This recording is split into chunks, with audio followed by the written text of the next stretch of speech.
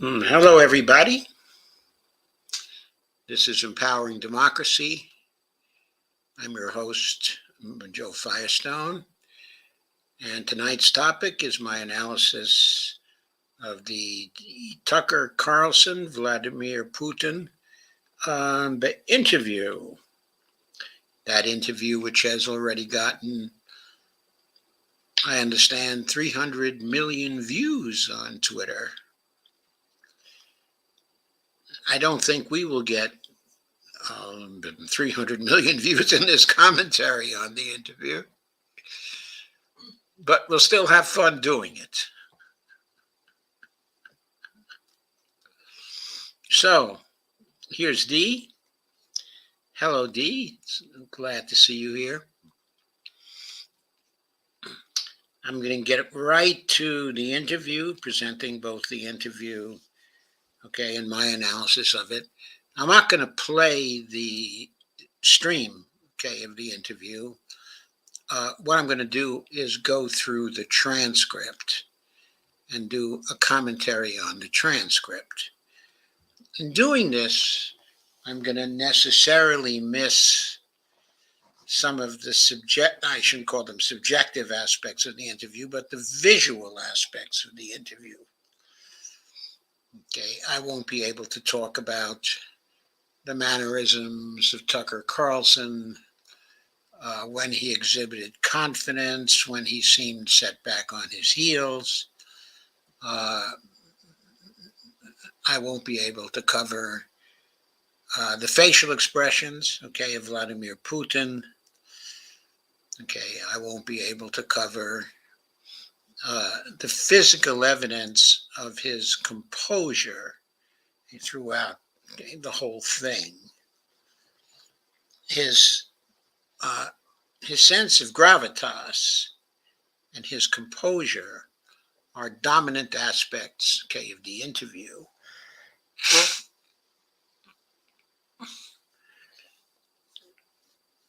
And they're there whether he's joking, whether he's smiling, whether he's being deadly serious. And you can only get those effects by watching the interview itself, which, of course, I recommend, that you do. It was a wonderful interview because of the significance of the content and because of its impact, on Twitter, and because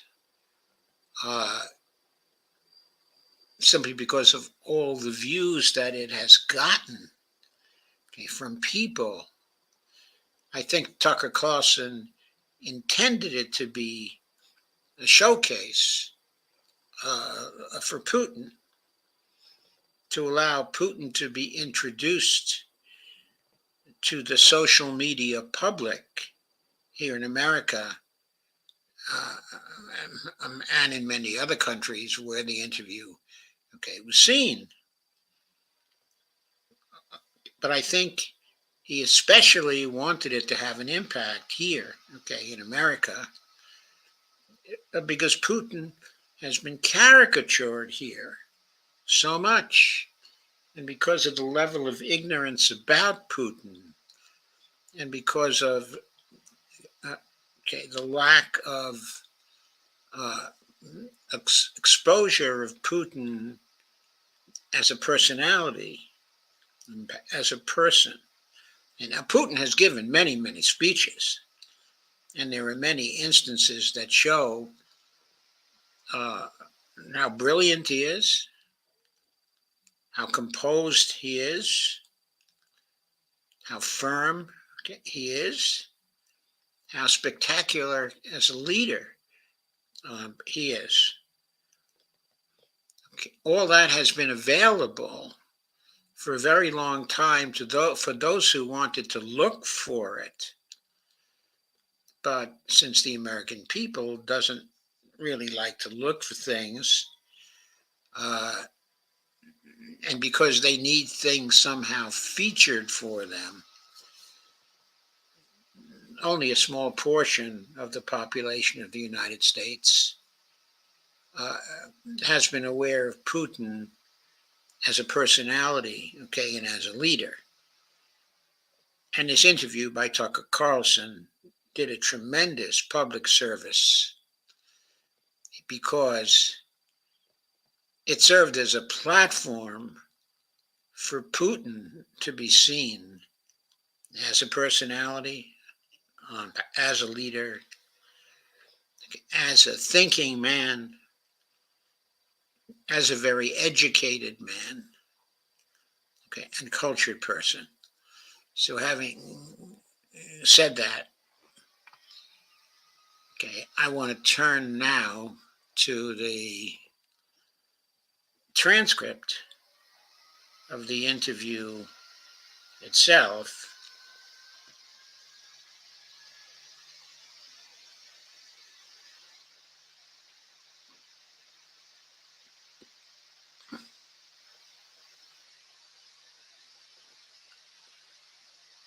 As soon as I share it on Facebook,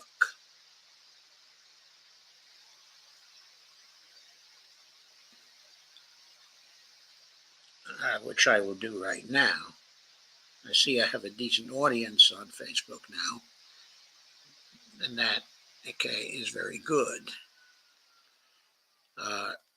Okay, but getting to the transcript, of course, you've probably all heard by now that when Tucker Carlson asked his very basic question at the start of the interview, because he wanted the focus to be on the Ukraine war, and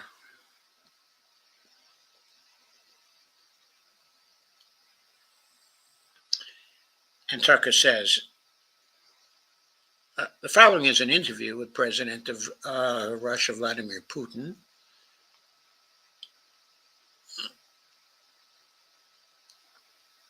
Shot February 6, 2024 at about 19 hours p.m. in the building behind us, which is, of course, the Kremlin. In other words, this was the transcript of the part of the interview involving a shot of the Kremlin and the introduction by Tucker.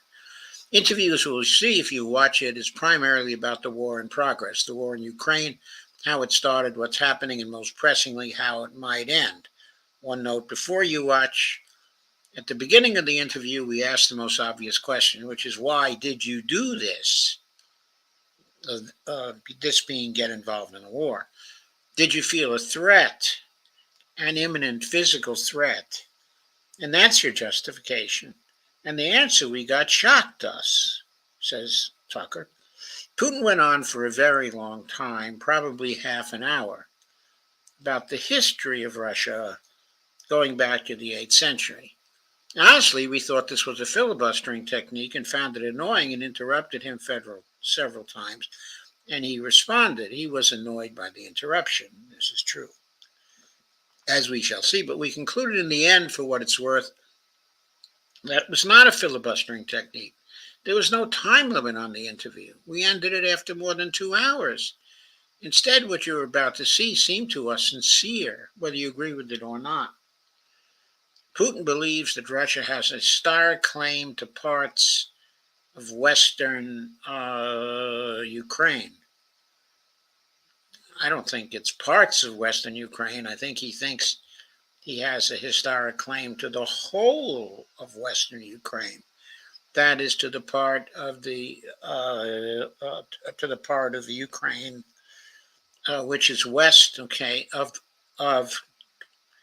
the Dnieper River. Let me take a look now, just for a minute before I go back. I want to sort of take a look at the map so we all understand what this is about. Here's a map of Ukraine with satellite images.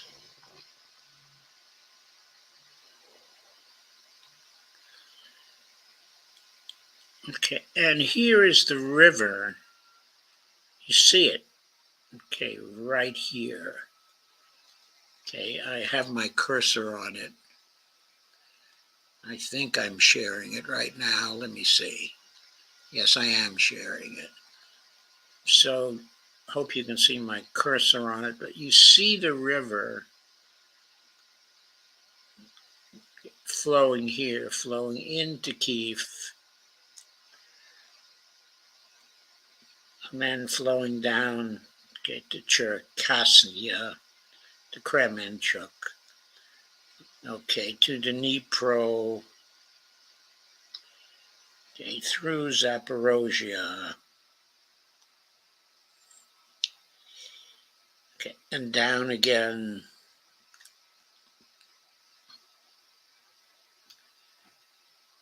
okay, down again to the city, okay, of Zaporozhia,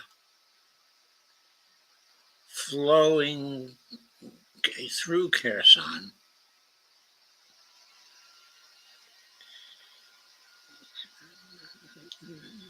and then flowing to the Odessa area, okay, with other rivers, okay, as well.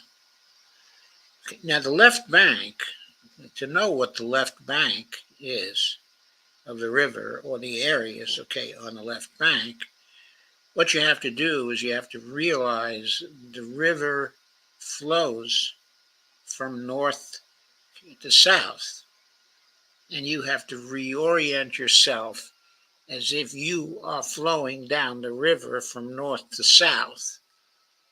Then the left bank, okay, of the river includes some of the city of Kiev, because Kiev actually spans the river. Part of it is the left bank, part of it is the right bank.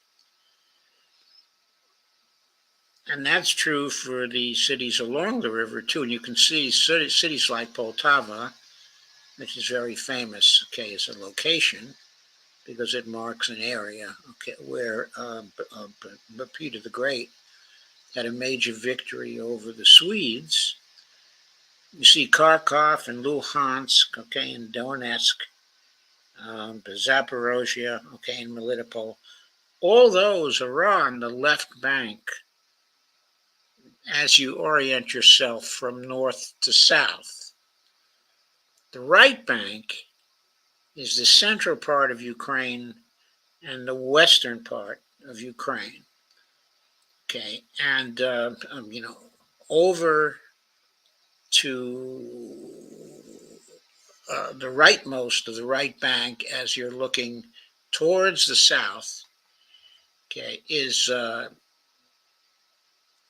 there are cities there, specifically Lviv, okay, or Lvov, okay, in Russian, Kovel, Ternopil. Uh, those areas, going back to the 17th century, used to be Poland. Okay, and then you get into a transition area where there's a mix of Russian people and Hungarians. Now, that part that used to be Poland, okay, the Poles, the Commonwealth of Lithuania, okay, in Poland, used to control that whole area. And that was an area with where not just Poles lived, but also Hungarians. Okay, a lot of that area once, okay, was Hungary, and Hungarians still live, okay, in that particular area. Okay, so this says something implicitly about the military aims of Russia right now. And what they're fighting for in this area right now is all the historical Russian lands, which they consider to be the lands on the left bank, okay, the left bank, okay, of the river, going all the way to the south but also including the city, of Odessa, because that city was in Russian hands and was built by uh, uh, Catherine the Great, and one of her generals, who was also her lover as well. But that city historically was a Russian city, never a Ukrainian city until relatively recently. So that's the area we can assume the Russians and Putin want back. And that's probably where their military effort is going to stop. There's all kinds of evidence and statements that various Russians have made that they're not really interested in the western part, of Ukraine, only interested in the eastern part, which is the right bank, of the river. So that's really some background. I now will go back to the transcript. I have departed from the transcript, and probably for too long, but I intend to be here for a rather long time tonight because I think this interview is so important.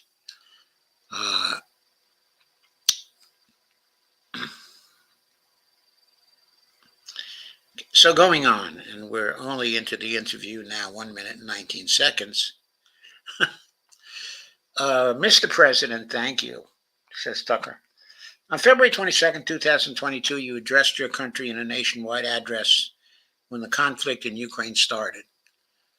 You said that you were acting because you had come to the conclusion that the United States, through NATO, might initiate a, quote, surprise attack on our country, unquote. And to American ears, that sounds paranoid. Tell us why you believe the United States might strike Russia out of the blue. How did you conclude that? Putin then replies and says, it's not that America, the United States, was going to launch a surprise strike on Russia. I didn't say that. Are we having a talk show or a serious conversation? Tucker replies, here's the quote. Thank you. It's a formidable, serious. Putin interrupts and says, because your basic education is in history, as far as I understand.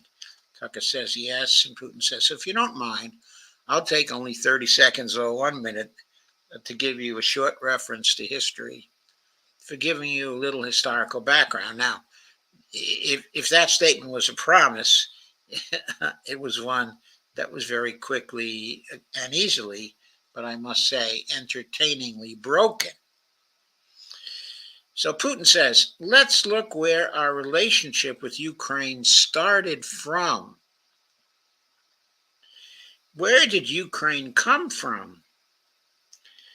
The Russian state started gathering itself as a centralized statehood, and it is considered to be the year of the establishment of the Russian state in 862, when the townspeople of Novgorod invited a Varangian prince, Rurik, from Scandinavia to reign. Now, I have to make a statement here. In the introduction, Tucker says that the history portion of this starts from the 8th century. But the year 862 is not in the 8th century.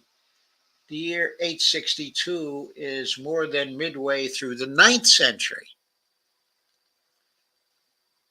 So Tucker needs to remember that the period from 0 to 100 is the first century, and thereafter 100 is the second century, 200 is the 3rd century, and so on. So 862 is the 9th century.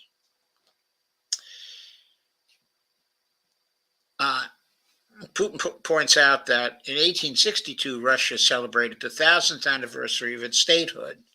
And, in the city, of Novgorod, there is, a memorial dedicated to the 1000th anniversary of the country. In 882, Rurik's successor, Prince Oleg, who was actually playing the role of regent, and Rurik's young son, because Rurik had died by that time, came to Kiev, or in Russian, to Kiev. He ousted 2 brothers who apparently had once been members of Rurik's squad. Interesting use of the word squad. So Russia began to develop with 2 centers of power, Kiev, or Kiev, and Novgorod, which of course is a smaller city, than Kiev. So during this time, what Russia was called actually was Rus. And the popular historical term, or the later identification of Rus in later times, became known, as the Kievan Rus. And Kiev was kind of identified as the first capital, of Russia. The first centralized state originated, in Novgorod, and then moved to Kiev. But to Kiev, I should keep the pronunciation consistent. And so that's what Russia was. It was Kiev. Now Kiev is not in Russia. It's the capital of the state, of Ukraine. But it's not where the Ukrainians originated. It's not where they lived. It was, a Russian city. And once it was the capital of Russia. I emphasize that here because I don't think Putin really emphasized it enough. The next very significant date in the history of Russia was 988. I'm not going to go through this, but this was very significant for Russian culture because the great-grandson of Rurik, whose name was Vladimir, Prince Vladimir,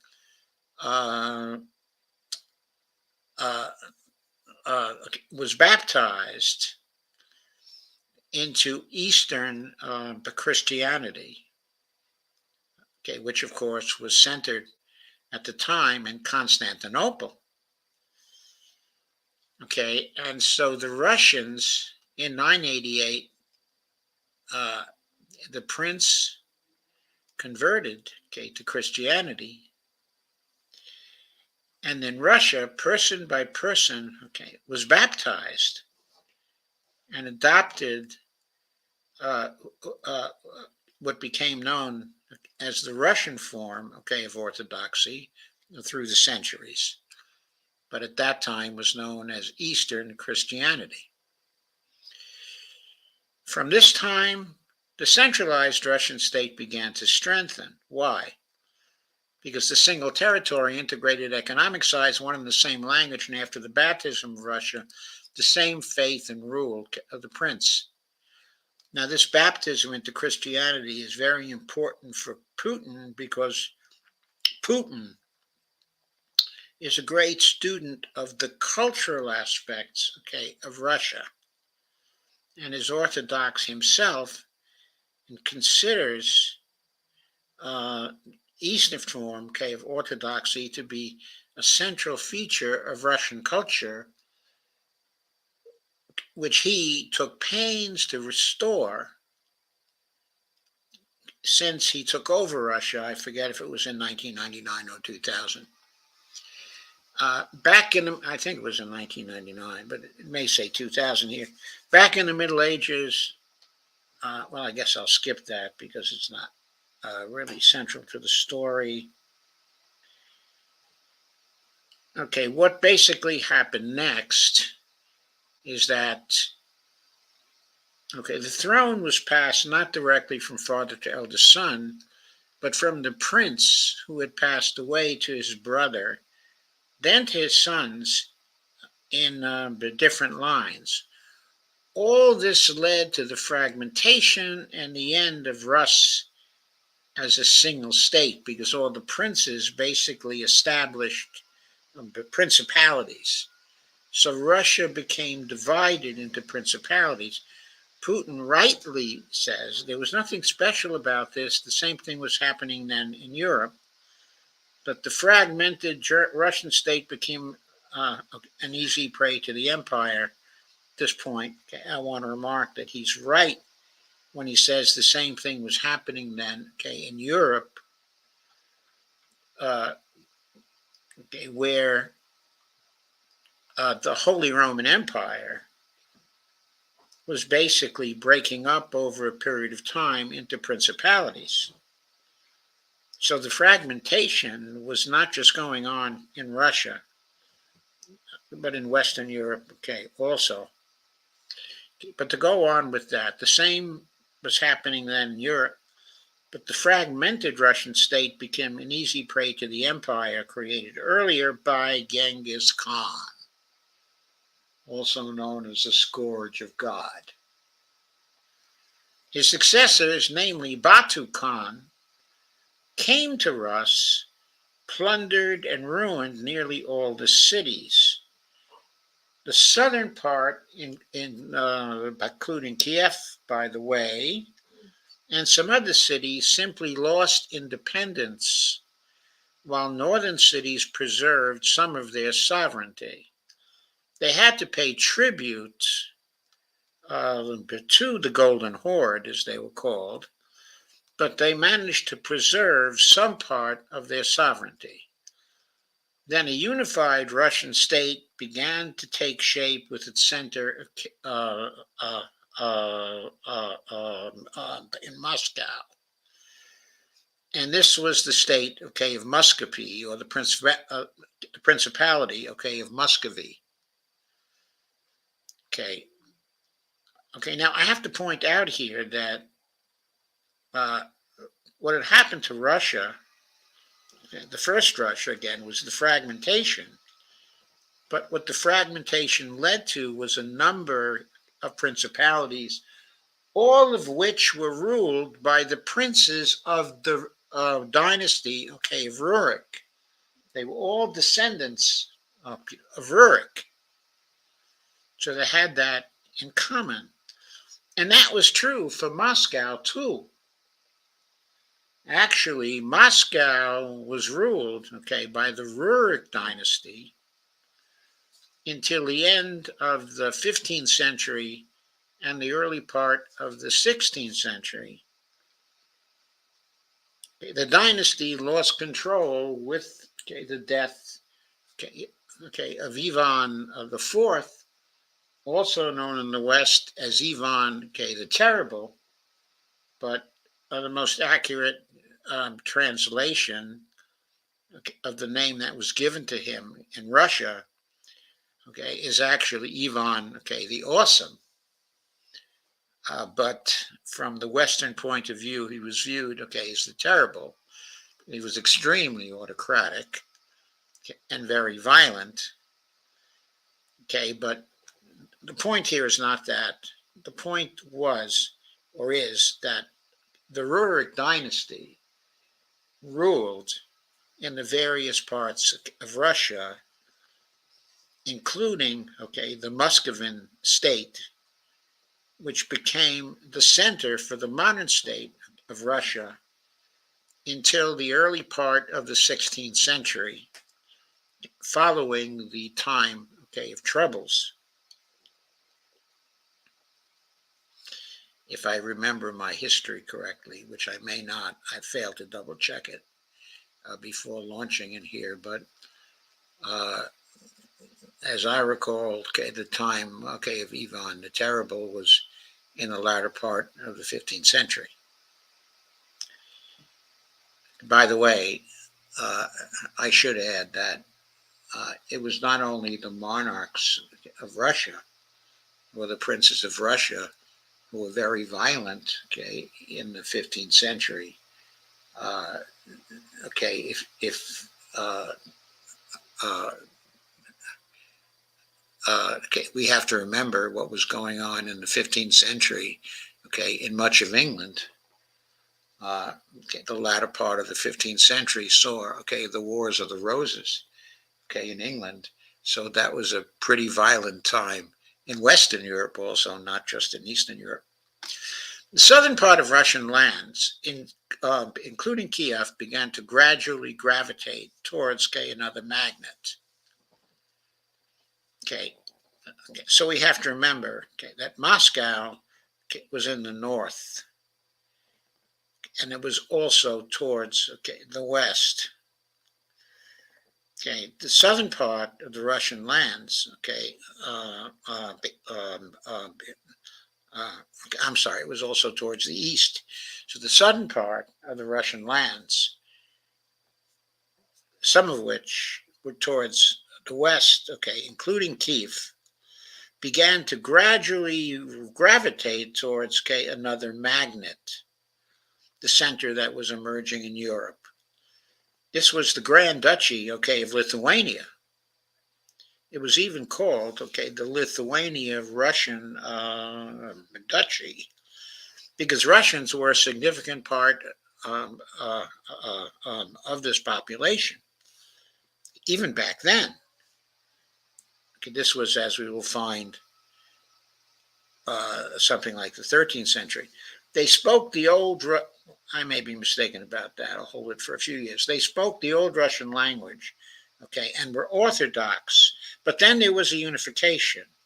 The union of the Grand Duchy, okay, of Lithuania and the Kingdom, okay, of Poland. The Kingdom of Poland was not Orthodox, of course, okay. From a religious standpoint, it was committed to Rome and to the Pope, okay. This was in contrast, okay, to the Grand Duchy, okay, of Lithuania, where a significant part of the population was Orthodox. Culturally, this is very important.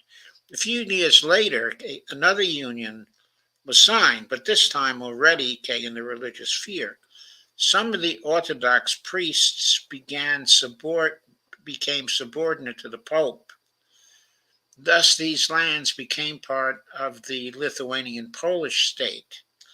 During decades, the Poles were engaged in colonization of this part of the population. They introduced their language there, tried to entrench the idea that this population was not exactly Russian, that because they lived on the fringe, they were Ukrainians. Okay, this is what Putin says.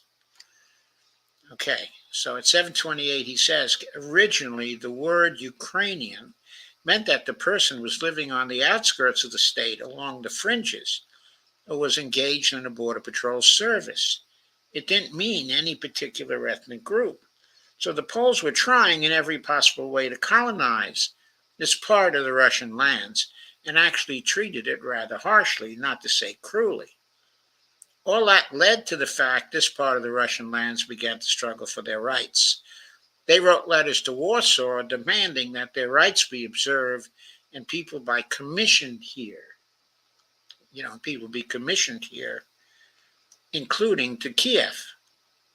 Tucker says, okay, I beg your pardon. Can you tell us what period? I'm losing track of where in history we are, the Polish oppression of Ukraine. Putin says it was in the 13th century. Now I will tell you what happened later, he says, and give the date so that there is no confusion. And in 1654, so in other words, the 13th century is the 1200s. He says, now I will tell you what happened later and give the date so there is no confusion. And in 1654, even a bit earlier,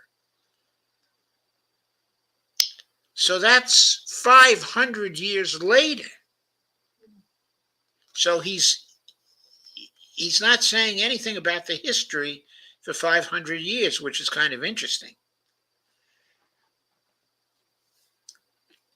But he says, and in 1654, even a bit earlier, the people who were in control of the authority over that part of the Russian lands addressed Warsaw, I repeat. So the addressing of Warsaw took place not in the 13th century so much, but much later, in the 1600s, in the 17th century. Addressed Warsaw, I repeat, demanding that they send the area that was the Russian lands that was subject to Polish rule, demanding they send them to rulers of Russian origin and Orthodox faith.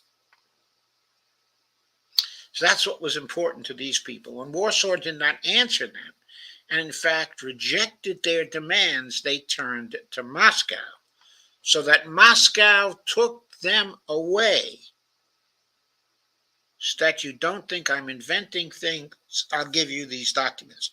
When he says so that Moscow took them away, he means that Moscow claimed sovereignty over them and enforced it through war. But we'll get to that in just a second. So Tucker says, well, it doesn't sound like you're inventing it. I'm not sure why it's relevant to what happened 2 years ago. And Putin just ignores him and says, but still, these are documents from the archives, copies. Here are the letters, okay, from Bohdan Khmelnytsky. Yeah, I guess it's the Khmelnytsky. I think that's the way you pronounce it. The man who then controlled the power in this part of the Russian lands that is now called Ukraine. And just to see some reference to that, what I'm going to do now is I'm going to stop the screen and I'm going to go back to the map for just a second because I want to show you some more context for this. There's a city here in the western part of Ukraine named after Khmelnytsky. And you can see it's right there. It's considerably to the west and south, okay, of Kiev. Obviously, that city was the power base, okay, of this aristocrat that they're talking about, who wanted to be given to the Russian Empire, who wanted he and his people to be given, okay, to the Russian Empire based, okay, in Moscow. Okay. He wanted all of the lands to the west, okay, of Ukraine, which were Russian lands from the ethnic point of view.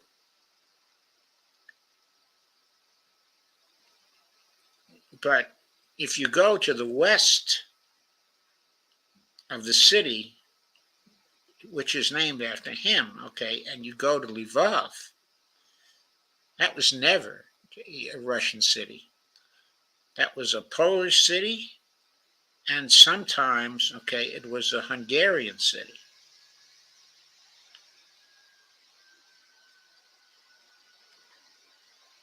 So, I just wanted you to see that because I thought it was very important, and we'll go back to the transcript now.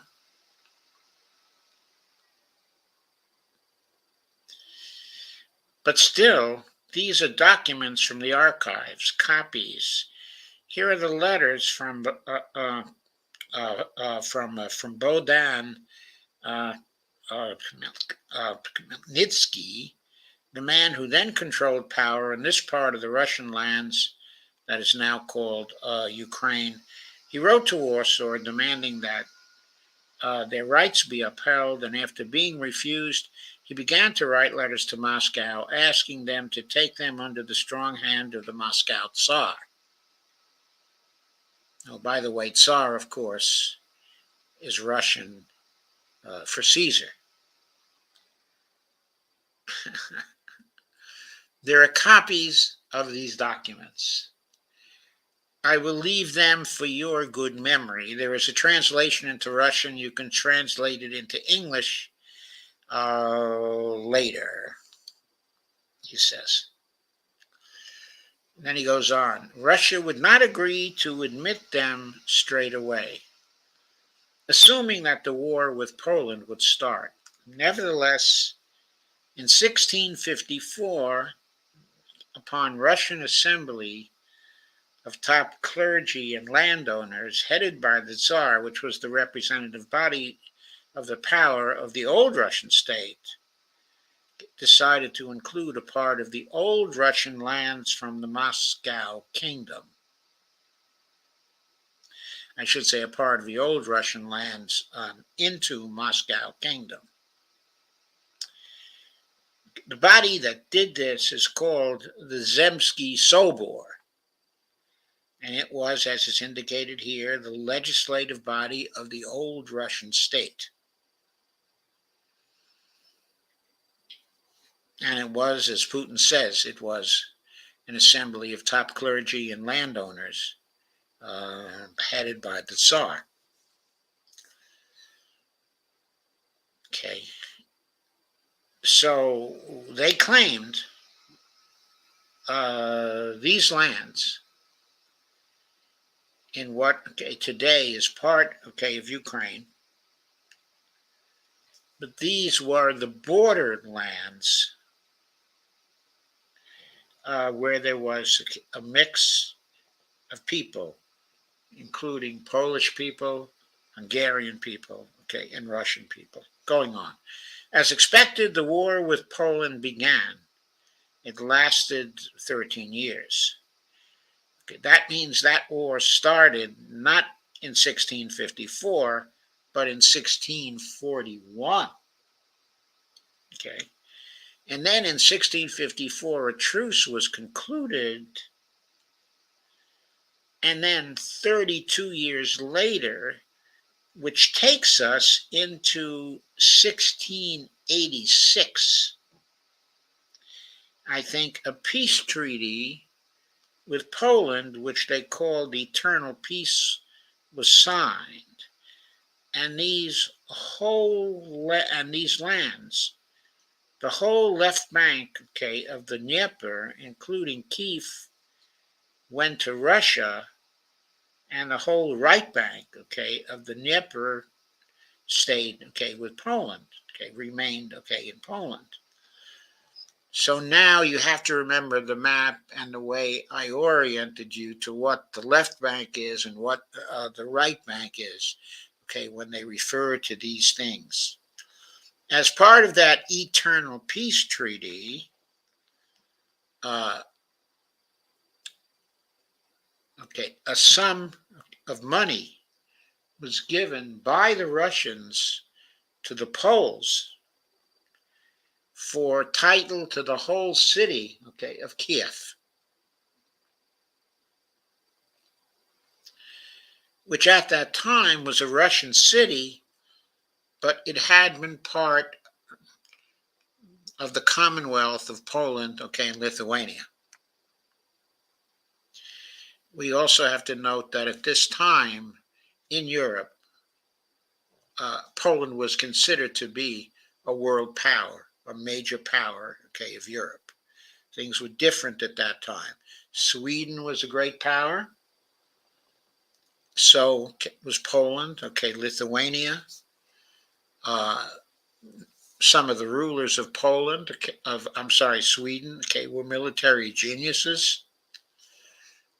The Poles were a major military force that in something like the later part of the 17th century, I forget the exact date, I never remember whether it's 1667 or 1687, but the Poles were, and the Polish king, were instrumental in turning back the siege of Vienna in Austria by the Ottoman Turks.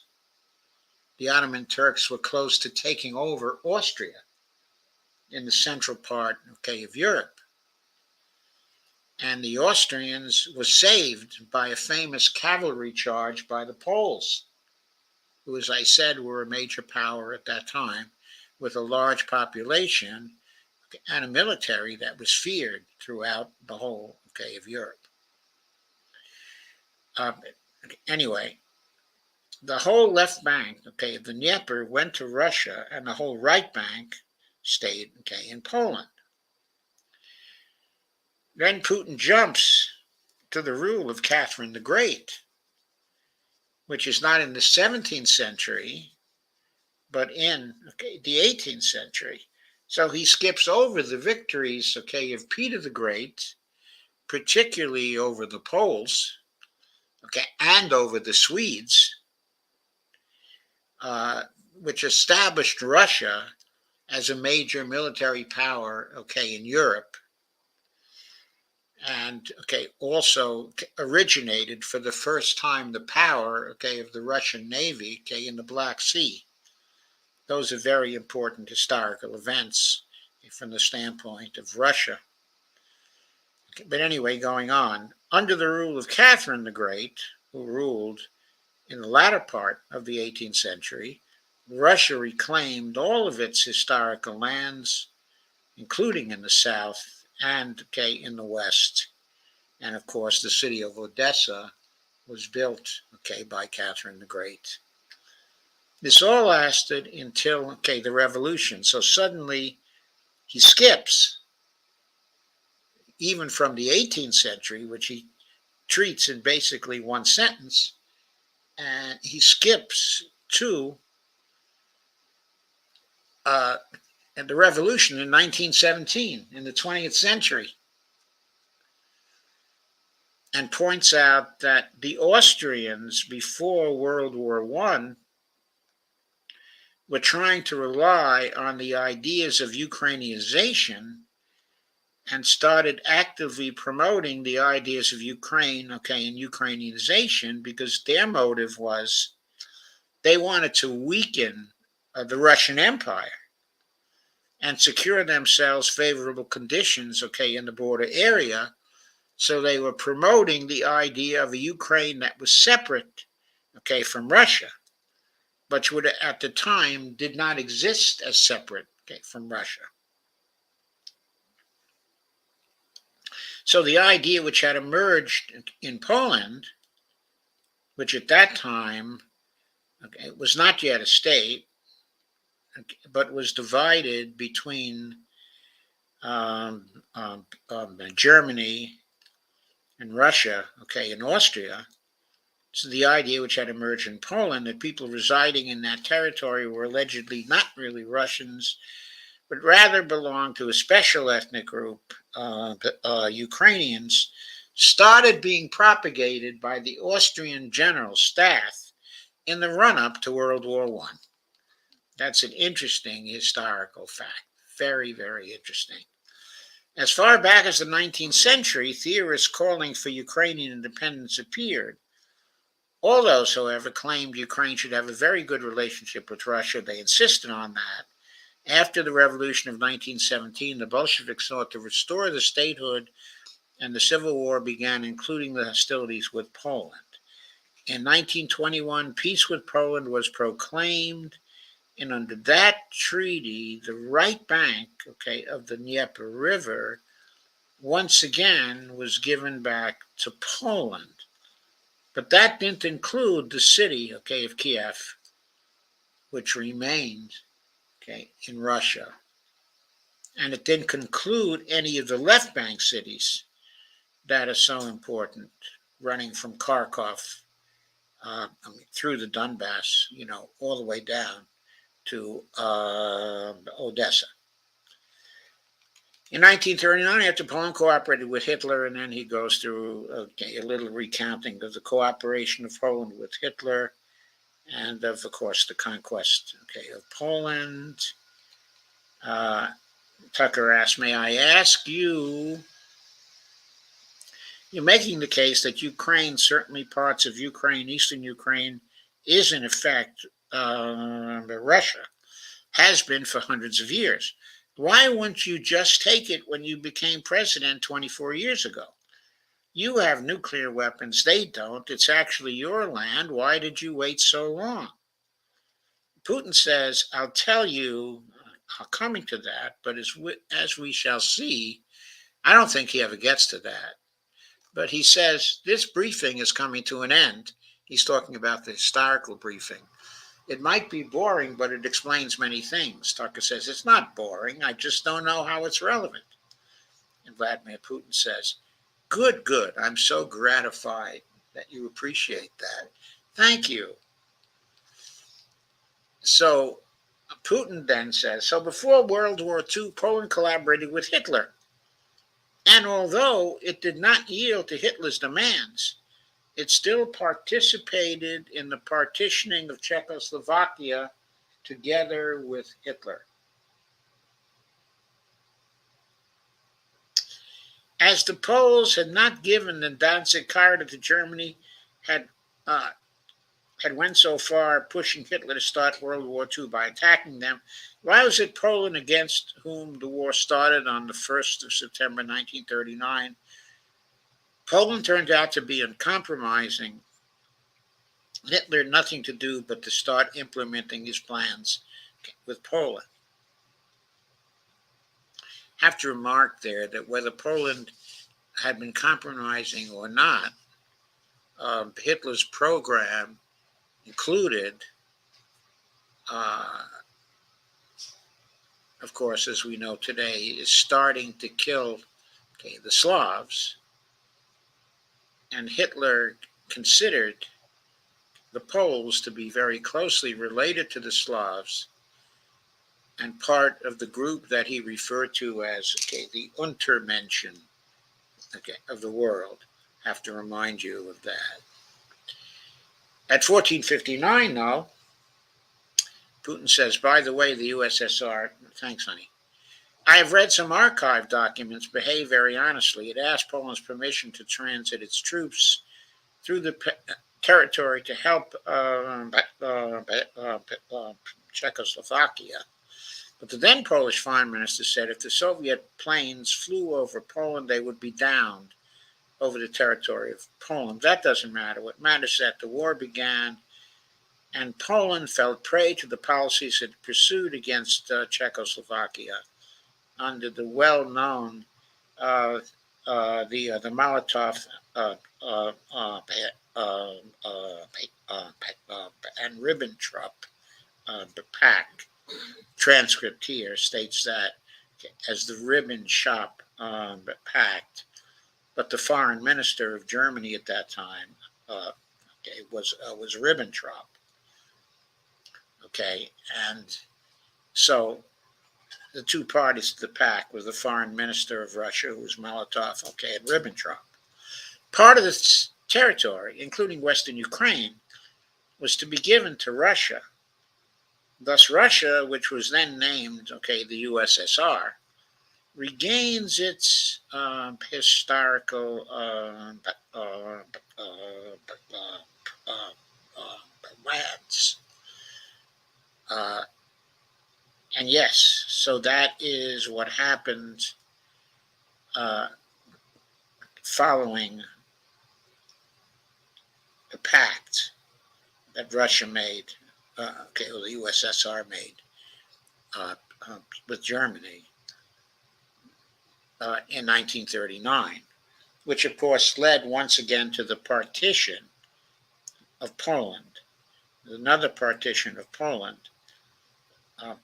Russia took over part of Poland, and Germany took over the other part of Poland. After the victory in the Great Patriotic War, as we call World War II, in which the Russians lost 27 million people, for those who have forgotten that, while the United States lost something like 440,000 in that war. As for Poland, it received, apparently in compensation, the lands which had originally been German. The eastern parts of Germany, these are now western lands of Poland. Of course, Poland regained access to the Baltic Sea and Danzig, which was once again given its Polish name, which, by the way, is Gdansk. So this was how this situation developed. In 1922, when the USSR was established, the Bolsheviks started building the USSR and established the Soviet, the Ukraine. That is the Soviet Republic, of the Ukraine, which had never existed before. He's talking about the territory of that particular Ukraine had never existed before. It was created by the Bolsheviks. That's important to know.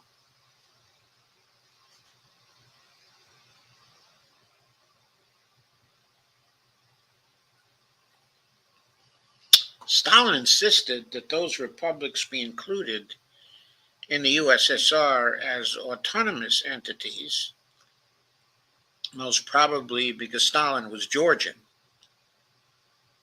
And so he wanted the place where he came from to be, an autonomous entity.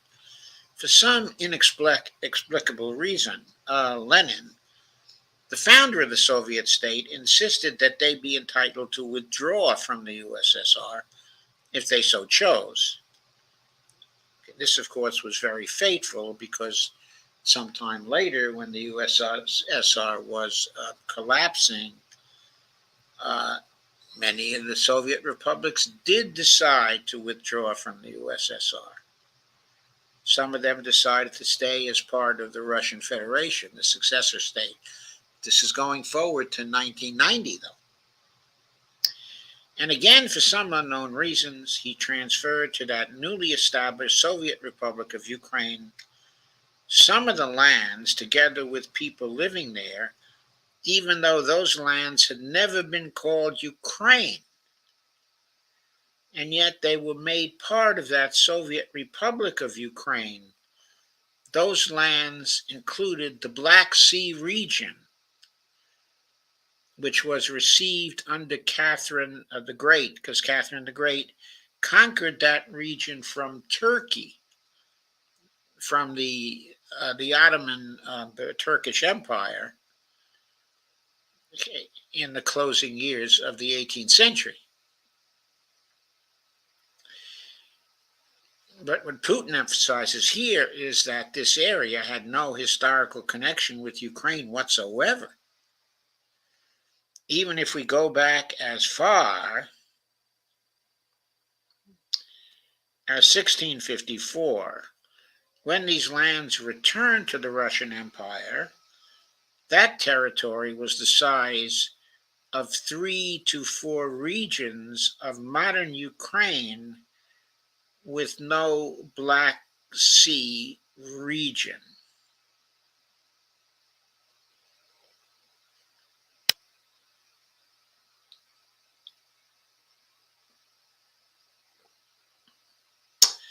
That was completely out of the question.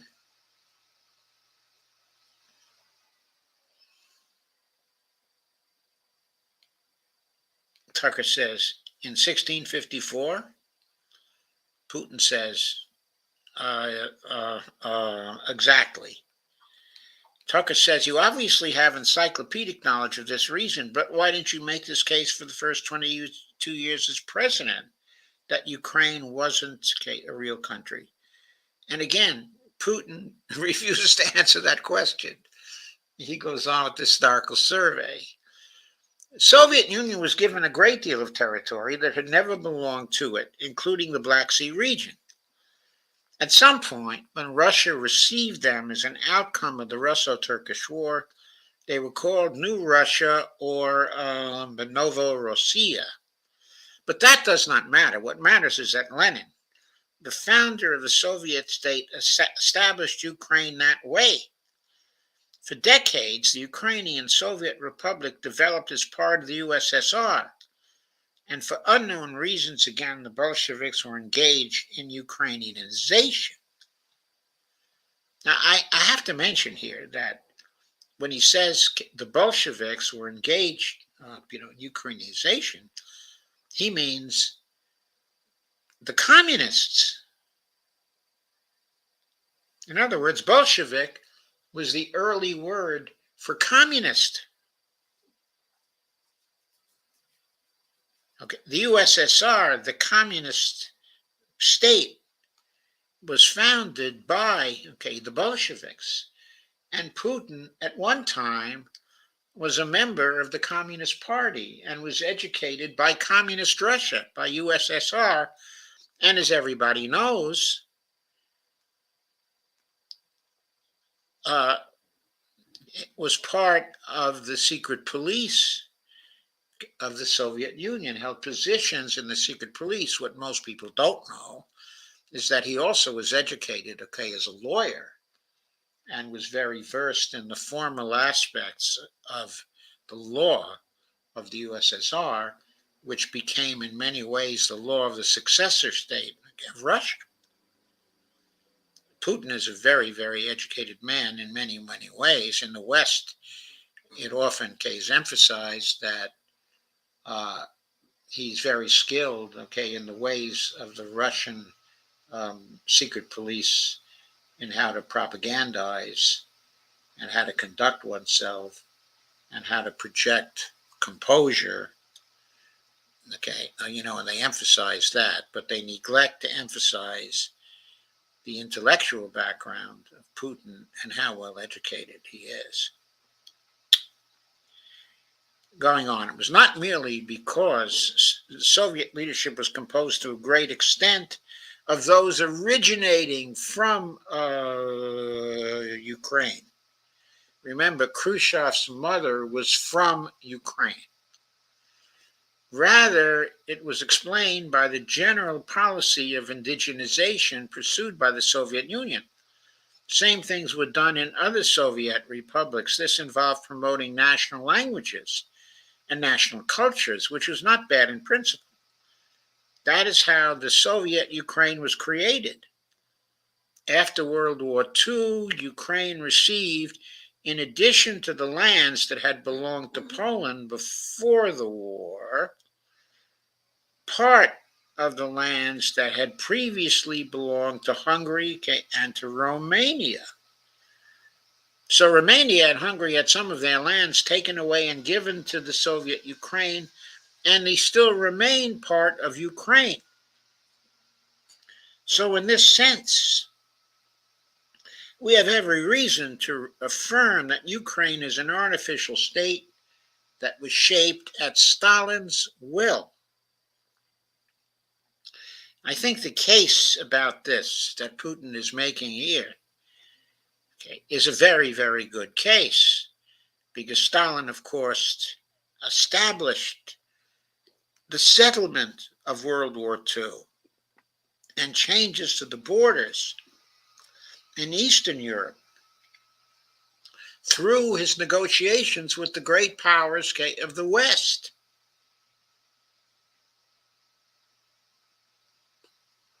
So between the way the communists had to add certain parts of Russia to Ukraine,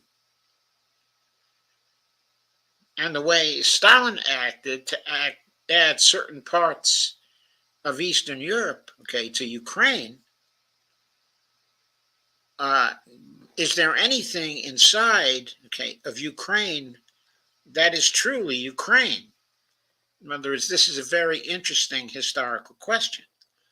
Tucker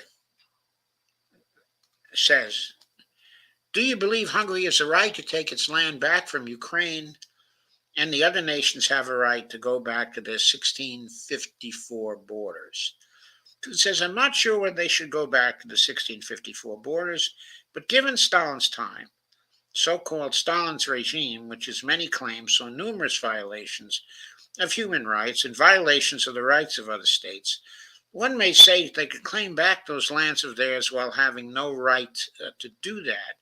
It is at least understandable. I think what he's saying here is that from the standpoint, okay, of international law, okay, they have no right to do that. But from the standpoint, okay, of history, there's a reasonable claim to those lands, and there are still Romanians and Hungarians living there.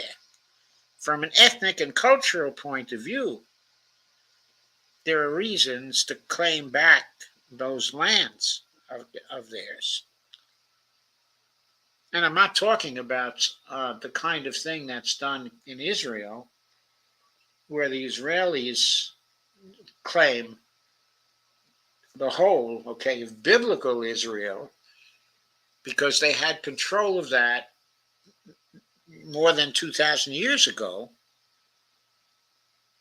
Okay. In other words, the historical claim, okay, that Romania and Hungary have to part of Ukraine goes back to just before World War II. I mean, it's not even from 1654. It's a very recent historical claim, because lands were detached by the great powers from Romania and from Hungary by force at the end of World War II. Tucker says, have you said to Viktor Orban that he can have part of Ukraine? Putin says, never. I never told him, not a single time. Well, he's told him now through this interview. We have not even had any conversation on that, but I actually know for sure that Hungarians who live there wanted to get back to their historical land. Moreover, I would like to share a very interesting story with you. I digress. It's a personal one. Somewhere in the early 80s, I went on a road trip in a car from Leningrad. Actually, it says from then, okay, Leningrad, because of course it's now St. Petersburg again, the city that Peter the Great built in the northern part of Russia, to give Russia, okay, an outlet to the city. To the city, and then, by the way, he changed the capital of Russia from Moscow to St. Petersburg. Okay, from Leningrad across the Soviet Union through Kiev, made a stop in Kiev, then on to western Ukraine. I went to the town, okay, of Beregovoy, and all the names of towns and villages there were in Russia and in the language I did not understand, in Hungarian, in Russian and in Hungarian, not in Ukrainian, in Russian and in Hungarian. I was driving through some kind of village, and there were men sitting next to the houses, and they were wearing black three-piece suits and black cylinder hats. I asked, are they some kind of entertainers? I was told, no, they were not entertainers, they're Hungarians. I said, what are they doing here? What do you mean? This is their land. They live here. This was during the Soviet time in the 1980s. They preserved the Hungarian language, Hungarian names, and all their national costumes. They are Hungarians, and they feel themselves to be Hungarians. And of course, when there is an infringement, and Tucker interrupts him, so he doesn't finish that thought. And Tucker says, well, that is, and there's a lot of that, though. I think many nations are upset about Transylvania, as well, as you obviously know. Transylvania, the home of Dracula. But many nations feel frustrated by the redrawn borders of the wars of the 20th century, and wars going back 1,000 years, the ones that you mentioned. But the fact is that you didn't make this case in public until 2 years ago, February, and in the case that you made, which I read today, you explain at great length that you felt a physical threat from the West and NATO, including potentially a nuclear threat, and that's what got you to move. Is that a fair characterization of what you said? And Putin says, I understand that my long speeches probably fall outside of the genre of the interview. That is why I asked you at the beginning, are we going to have a serious talk or a show? You said a serious talk, so bear with me, please. We're coming to the point where the Soviet Ukraine was established. Oh, gee, I thought he had gone beyond the point which it was established. And then the next sentence he says, then in 1991, the Soviet Union collapsed. And everything that Russia had generously bestowed on Ukraine was dragged away by the latter. I'm coming to a very important point of today's agenda. And Tucker Carlson says, thank you. And Vladimir Putin says, after all, the collapse of the Soviet Union was effectively initiated by the Russian leadership. I do not understand what the Russian leadership was guided by at the time, but I suspect there were several reasons to think everything would be fine. First, I think that then the Russian leadership, and he's talking here, Gorbachev he's talking about, believed that the fundamentals of the relationship between Russia and Ukraine were in fact a common language. More than 90% of the population there spoke Russian. Oh, by the way, I have to attest to that, because when I studied Russian back in the period 1958, 1959, 1960, my Russian language teacher was a Ukrainian by the name of Sasha, that's short for Alexander, Odarchenko. He was a wonderful guy, a great teacher, very, very friendly. And he, of course, spoke fluent Russian, and he taught me Russian. And as far as I know, his pronunciation was perfect. And by the way, he considered himself to come from Ukraine, but to be Russian. Family ties. Every third person there had some kind of family friendship ties. Common culture, common history.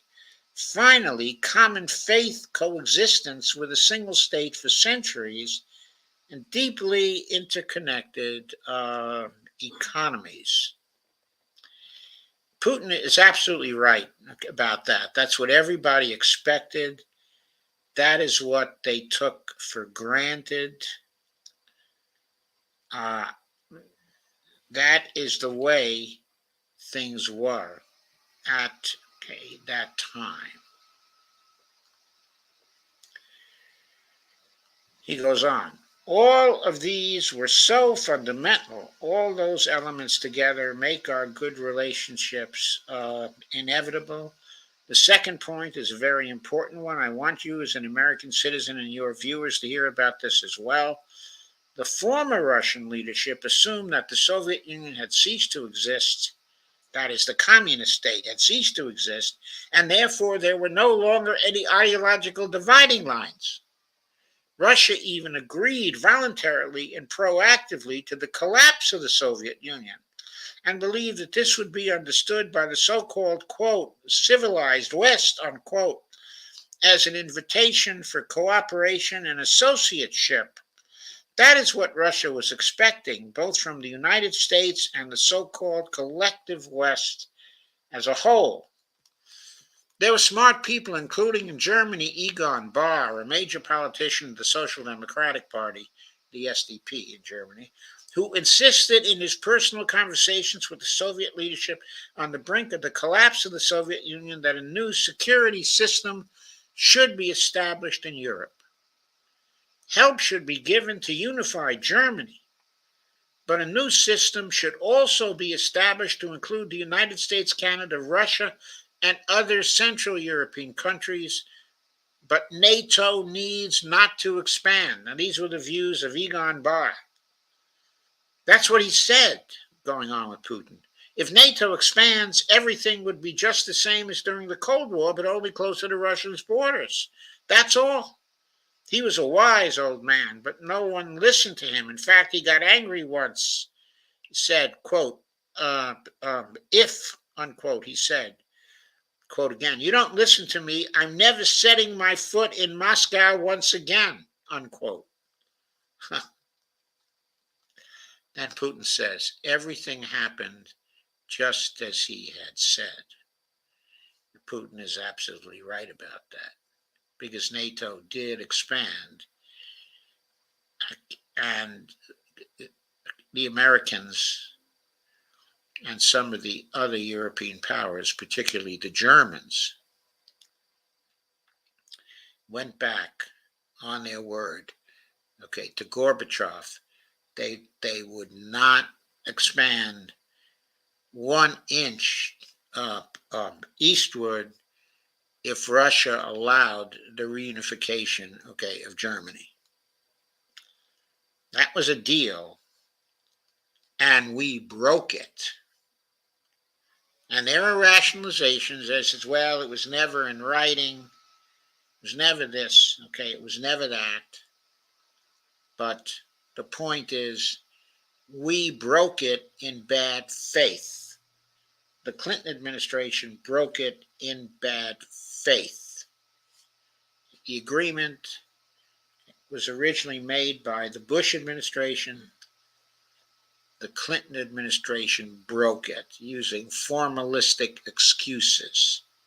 And because Russia, when the Soviet Union collapsed and Russia dispersed, the Soviet Union, into new republics, what Russia did was to give up its power and to trust, the West. And the breakup of the Soviet Union saw also an economic collapse, of the member states of the Soviet Union, including Russia. And this is so important as a background, for today's events.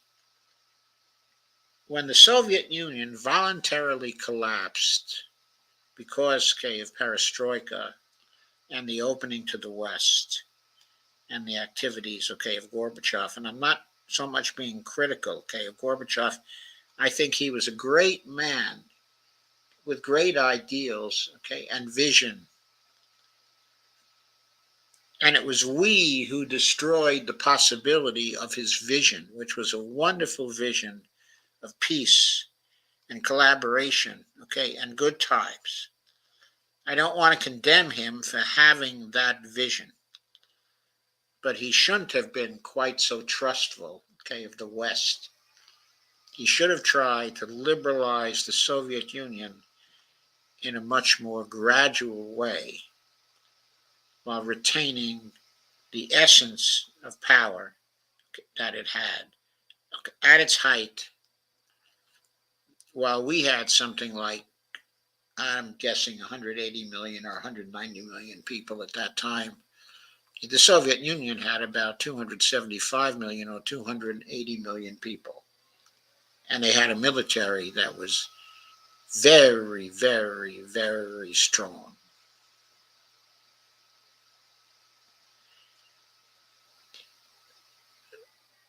When the collapse of the Soviet Union, occurred, and the economic ties, began to break up, and everybody tried to adjust overnight to a capitalist economy, in all of the republics, structure of power was broken up too suddenly. The structure of the welfare state was broken up far too suddenly. The introduction of capitalism was far too sudden. And that resulted in millions of deaths, in the various countries. The collapse of the economy cost Russia 10 million people. There's a book about this. It's called The Body Economic. And I recommend, that you look it up. It's just so striking, all the disasters that occurred inside, the Russia Federation. All the disasters to people, all the deaths, that occurred, particularly among men from alcoholism as a result of the collapse, of the economy. It's so striking. This was just so bad for Russia. This happened, during the decade of the 1990s. Putin doesn't cover that here or speak of that here, and he should have. But you've never explained, says Tucker, why you think that happened except to say the West fears a strong Russia. But we have a strong China. The West does not seem very afraid of. But what about Russia, do you think, convinced policymakers they had to take it down a bit? So Putin then denies the premise of what Tucker says. The West is afraid of strong China more than it fears a strong Russia, because Russia has 150 million people and China has 1.5 billion people, and its economy is growing by leaps and bounds, or 5% a year. Used to be even more, but that's enough for China. As Bismarck once put it, potentials are the most important. Yes, quotation from Bismarck. Putin is steeped in the history of Europe. He knows what Bismarck did and how he did it and how clever Bismarck was in the unification of Germany and in pushing his foreign policy.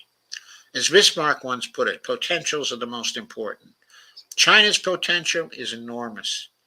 It is the biggest economy in the world today in terms of purchasing power parity, the size of the economy. It has already overtaken the United States quite a long time ago and is growing at a rapid clip. Putin is stating a fact here. He noticed he's saying in purchasing power parity and the size of the economy, it's the biggest economy, in the world. And he's right. We measure things, in GDP. That is not the proper measure here. Purchasing power parity is, and we have to face that fact. We have to face the reality that China's economy is the biggest economy in the world now.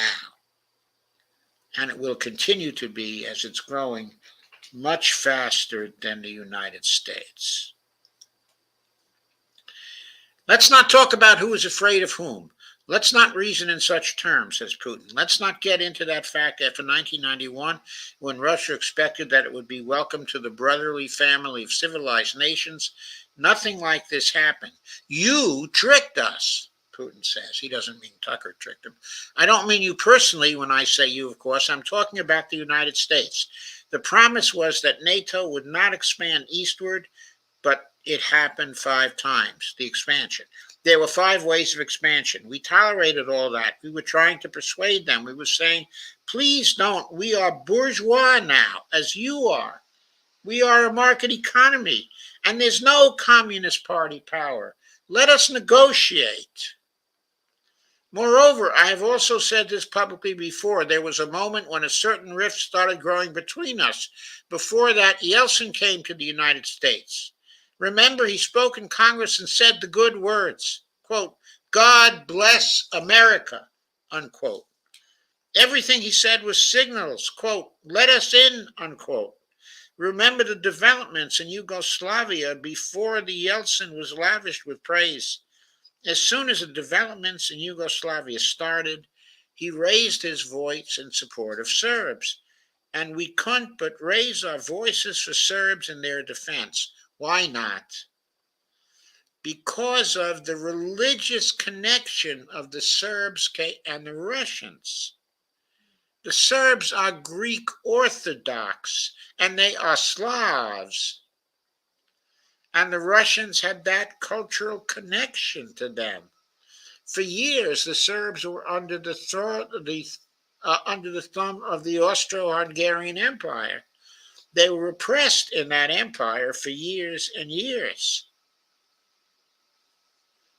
And when they became free, of course, the Russians were very friendly to them. And when they became the heart of Yugoslavia, which was a communist country, the Russians were very friendly to Yugoslavia.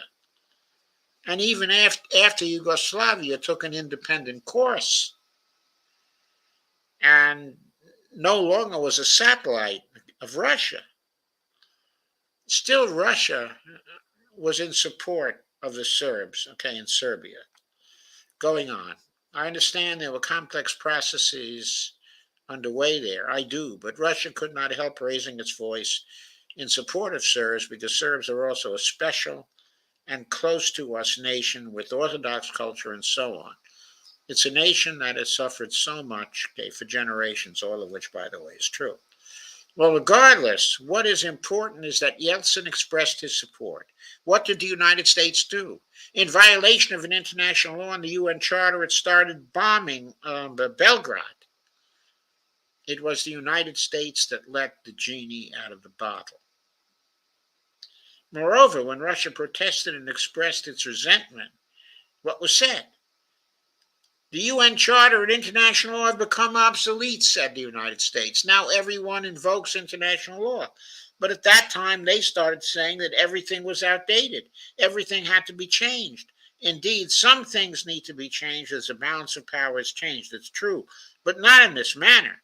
Yeltsin was immediately dragged through the mud, accused of alcoholism, of understanding nothing, of knowing nothing. Putin says he understood everything. I assure you. And maybe that's true because it was Yeltsin who appointed Putin as his successor. It was a big surprise. Nobody expected that. But Yeltsin knew there was something special uh, about Putin. Now, during the 90s, Russia was totally corrupt and in control, of oligarchs. And maybe Yeltsin understood that the only man uh, that was around him who he knew who had the capability to control the oligarchs and to undermine their control of the new Russia was Putin. And maybe he knew that because he knew that Putin was the only honest man that he knew, the only uncorrupted man who never became corrupted by the oligarchs. Putin says, I became president in 2000. I thought, okay, the Yugoslav issue is over, but we should try to restore relations. Let's reopen the door that Russia tried to go through. And moreover, I said it publicly. I can't reiterate at a meeting here in the Kremlin with the outgoing President Bill Clinton right here in the next room. I said to him, I asked him, Bill, do you think if Russia asked to join NATO, do you think it would happen? Suddenly he said, but it's interesting. I think so. But in the evening when we met for dinner, he said, but I've talked to my team. No, it's not possible now. You can ask him. I think he will watch our interview. He'll confirm it. I wouldn't have said anything like that if it hadn't happened. Okay, well, it's impossible now. Tucker asks, were you sincere? Would you have joined NATO? Putin says, look, I asked the question. Is it possible or not? And the answer I got was no. If I wasn't sincere in my desire to find out what the position of the leadership was, but if he had said yes, would you have joined NATO? And Putin says, if he had said yes, the process of rapprochement would have commenced, and eventually it might have happened if we had seen some sincere wish on the other side of our partners. But it didn't happen. Well, no means no. Okay, fine. He probably said, actually, in Russian, yet means yet. Okay, fine. Tucker says, why do you think that is? Just to get the motive. I know you're clearly bitter about it. I understand, but why do you think the West rebuffed you then? Why the hostility? Why did the end of the Cold War not fix the relationship? What motivates this from your point of view? Putin says, You said I was bitter about the answer. No, it's not bitterness. It's just a statement of fact. We're not bride and groom. Bitterness, resentment, it's not about those kinds of matters in such circumstances. We just realized we weren't welcome there. That's all. Okay, fine. But let's build relations in another manner. Let's work for common ground elsewhere. Why we receive such a negative response, you should ask your leaders. I can only guess why. I've seen how issues are being resolved in NATO. I will give you another example now concerning Ukraine. Okay, the U.S. leadership exerts pressure, and all NATO members obediently vote even if they do not like something. Now, I'll tell you what happened in this regard with Ukraine in 2008. Although it's being discussed, it's not going to open a secret to you to say anything new. Nevertheless, after that, we tried to build relations in different ways. For example, the events in the Middle East, okay, in Iraq. We were building relations with the United States in a very soft, prudent, cautious manner. I repeatedly raised the issue that the United States should not support separatism or terrorism in the North Caucasus, which, of course, okay, is right near Russia. But they continued to do it anyway. And political support, information support, financial support, even military support came from the United States and its satellites for terrorist groups in the Caucasus. I once raised this issue with my colleague, also the President of the United States. And this, it turns out, was Bush. That is Bush 43, George W. Bush. Quote, it's impossible. Do you have proof? Quote, I said, quote, yes, unquote. I was prepared for this conversation. I gave him that proof. He looked at it, and you know what he said? I apologize, but that's what happened. I'll quote. He says, quote, well, I'm going to kick their ass, unquote, which sounds like George W. Bush. We waited and waited for some response. There was no reply. I said to the FSB director, quote, write to the CIA. What is the result of the conversation with the president? Okay, the FSB is the corresponding intelligence services in Russia to the CIA. He wrote once, twice, and then we got a reply. We have the answer in the archive. The CIA replied, quote, we have been working with the opposition in Russia. We believe this is the right thing to do, and we will keep on doing it, unquote. Just ridiculous. Well, okay, we realized that it was out of the question. Tucker says, forces in opposition to you, you're saying the CIA was trying to overthrow your government? Putin says, of course they meant in that particular case the separatists, the terrorists who fought with us, okay, in the Caucasus. That's who they called the opposition. This is the second point. Okay, the third point is a very important one, is the moment when the U.S. missile defense system was created. But the beginning. We persuaded for a long time not to do it in the United States. Moreover, after I was invited by Bush Jr.'s father, Bush Sr., to visit his place on the ocean, I guess that was the place in Maine, I had a very serious conversation with President Bush and his team. I proposed that the United States, Russia, and Europe jointly create a missile defense system that we believe, if created, unilaterally by the United States, threatens our security, despite the fact that the United States officially said that it was being created against missile threats, okay, from Iran. That was the justification for the deployment of the missile defense system. I mean, missile threats from Iran, but during the period of the Bush administration, were very, very minimal. That was the justification, okay, for the deployment of the missile defense system. I suggested working together, Russia, the United States, and Europe. They said it was very interesting. They asked me, "Are you serious?" I said, "Absolutely." May I ask what year this was?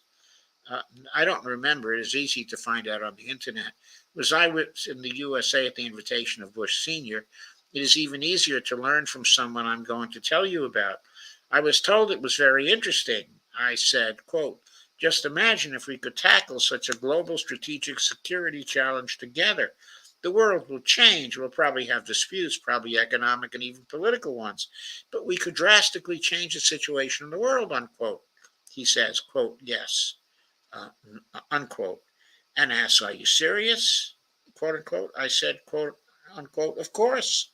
We need to think about it, quote unquote. I'm told I said, quote, go ahead, please, unquote. Then Secretary of Defense Gates, former director of the CIA, and Secretary of State Rice came in here in this cabinet, right here at this table. They sat on this table, me, the foreign minister, and Russian defense minister on the other side. They said to me, quote, yes, we have thought about it, we agree, unquote. I said, thank God, great, but with some exceptions, unquote. So Tucker goes, instead of following up on that, which would have been fascinating, he says, so twice you've described U.S. presidents making decisions and then being undercut by their agency heads. So it sounds like you're describing a system that's not run by the people who are elected in your telling. So Putin says, that's right, that's right. In the end, they just told us to get lost.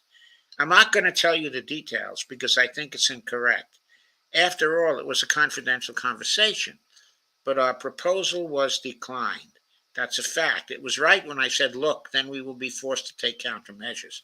We will create such strike systems that will certainly overcome missile defense systems.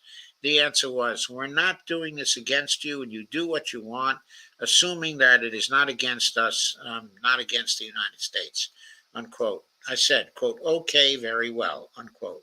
That's the way it went. And we created, Putin is saying, and we, that's the Russians, created hypersonic systems with intercontinental range. And we continue to develop them. We are now ahead of everyone, the United States and the other countries, in terms of development of hypersonic strike systems, and we are improving them every day. But it wasn't us. We proposed to go the other way, and we were pushed back. Now about NATO's expansion to the east. Well, we were promised no NATO to the east, not an inch to the east, as we were told, and then what? They said, quote, well, it's not enshrined on paper, so we'll expand, unquote. So there were 5 waves of expansion. The Baltic states, the whole of Eastern Europe, and so on. And now I come back to the main thing. They have come to do Ukraine ultimately. In 2008, at the summit in Bucharest, they declared that the doors for Ukraine and Georgia to join NATO were open. Now, about how decisions are made there, Germany, France seem to be against it, as well as some other European countries. But then, as it turned out later, President Bush, and he's such a tough guy, a tough politician, as I was told later, quote, he exerted pressure on us and we had to agree, unquote. It's ridiculous. It's like kindergarten. Where are the guarantees? What kindergarten is this? What kind of people are these? Who are they? You see, they were pressed, they agreed. And then they say, quote, Ukraine won't be in the NATO, you know, unquote. I say, quote, I don't know. I know you agreed in 2008. Why won't you agree in the future, unquote? Well, they pressed us then. I say, quote, why won't they press you tomorrow and you'll agree again, unquote? Well, it's nonsensical. Who's there to talk to? I just don't understand. We are ready to talk, but with whom? Where are the guarantees? None. So they started to develop the territory of Ukraine, whatever is there. I have told you the background, how this territory developed, what kind of relations there were with Russia. Every second or third person there has always had some ties with Russia. And during the elections in already independent sovereign Ukraine, which gained its independence as a result of the Declaration of Independence. By the way, it says that Ukraine is a neutral state, That is Declaration of Independence of Ukraine. And in 2008, suddenly the doors or gates to NATO were open to it. Oh, come on, says Putin. This is not how he agreed. Now all the presidents have come to power in Ukraine. They've relied on electorates with a good attitude to Russia in one way or the other. This is the southeast of Ukraine. This is a large number of people, and it was very difficult to dissuade this electorate, which had a positive attitude towards Russia. But Viktor Yanukovych came to power, and how? The first time he won, after President Kuchma, they organized a third round, which is not provided for in the Constitution of Ukraine. This is a coup d'etat. Just imagine someone in the United States wouldn't like the outcome, so he doesn't say, but the implication is they insist on a second or third round of the election because they don't like the outcome of the third round. So Tucker says in 2014, and Putin says before that. No, this was before that, after President Kuchma. But Viktor Yanukovych won the elections. However, his opponents did not recognize that victory. The U.S. supported the opposition, and the third round was scheduled. What is this? This is a coup. The U.S. supported it, and the winner of the third round came to power. Imagine if in the U.S. something was not to someone's liking, and the third round of election, which the U.S. Constitution does not provide for, was organized. Nonetheless, says Putin, it was done in Ukraine. Okay, Viktor Yushchenko, who is considered the pro-Western politician, came to power. Fine. We have built relations with him as well. He came to Moscow with visit, and we visited Kiev. I visited too. We met in an informal setting. If he's pro-Western, so be it. It's fine. Let people do their job. The situation should have developed inside the independent state of Ukraine itself. As a result of Kuchma's leadership, things got worse, and Viktor Yanukovych came to power after all. Maybe he wasn't the best president and politician. I don't know. I don't want to give assessments. However, the issue of the association with the European Union came up. We have always been lenient to this. Suit yourself. But when we read through the Treaty of Association, it turned out to be a problem for us, since we had the free trade zone and customs borders with Ukraine, which under this association had to open its borders for Europe, which would have led to flooding of our market. We said, quote, no, this is not going to work. We shall close our borders with, by Ukraine then, the customs borders, that is. I know. That is. But Viktor Yanukovych started to calculate how much Ukraine was going to gain, how much to lose. Said to his European partners, I need more time to think before signing. The moment he said that, the opposition began to take disruptive steps, which were supported by the West.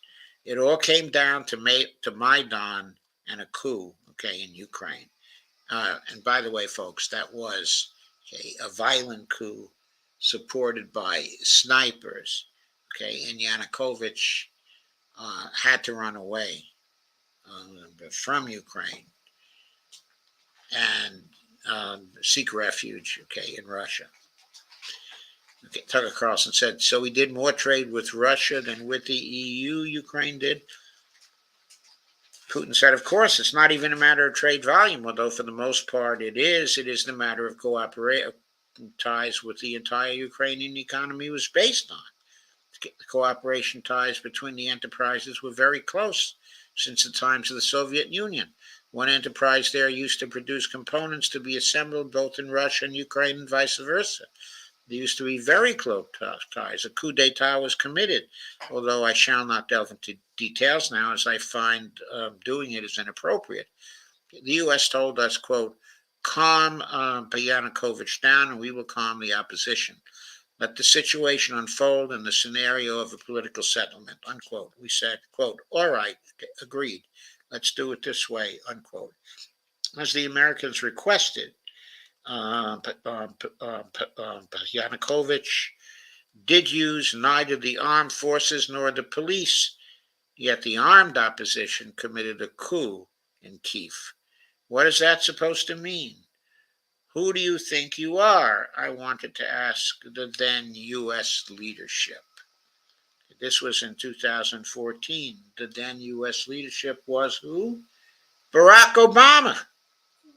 He didn't mention names here. This was under Obama. And if I believe the Secretary of State of the United States was Hillary Clinton. Tucker says, with the backing of whom? With the backing of CIA, of course, the organization you wanted to join back in the day, as I understand. We should thank God they didn't let you in, although it is a serious organization, I understand, and something is inaudible there, vis-a-vis in the sense that I served in the first main directorate, Soviet Union's intelligence service. They have always been our opponents. Okay, a job is a job. Technically, they did everything right. They achieved their goal of changing the government. However, from a political standpoint, it was a colossal mistake. Surely it was a political leadership's miscalculation. They should have seen what it would evolve into. So in 2008, the doors of NATO were open for Ukraine. In 2014, there was a coup. They started persecuting those who did not accept the coup. It was indeed a coup.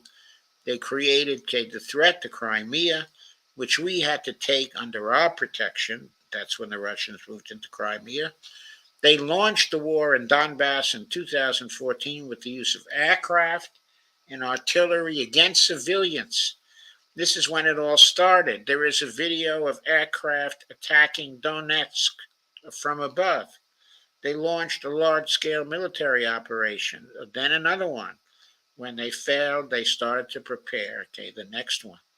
All this against the background of military development of this territory and opening of NATO's doors.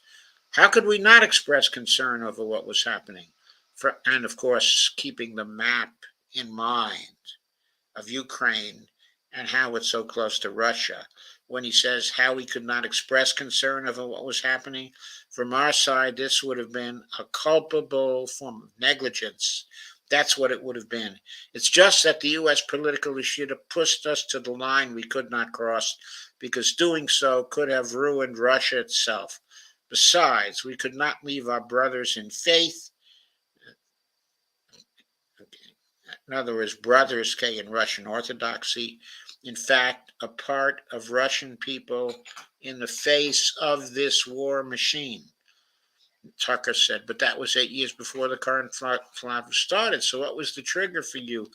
What was the moment where you decided you had to do this? He says, initially it was the coup in Ukraine that provoked the conflict. By the way, back then, the representatives of 3 European countries, Germany, Poland, and France, arrived. They were the guarantors of the signed agreement between the government of Yanukovych and the opposition.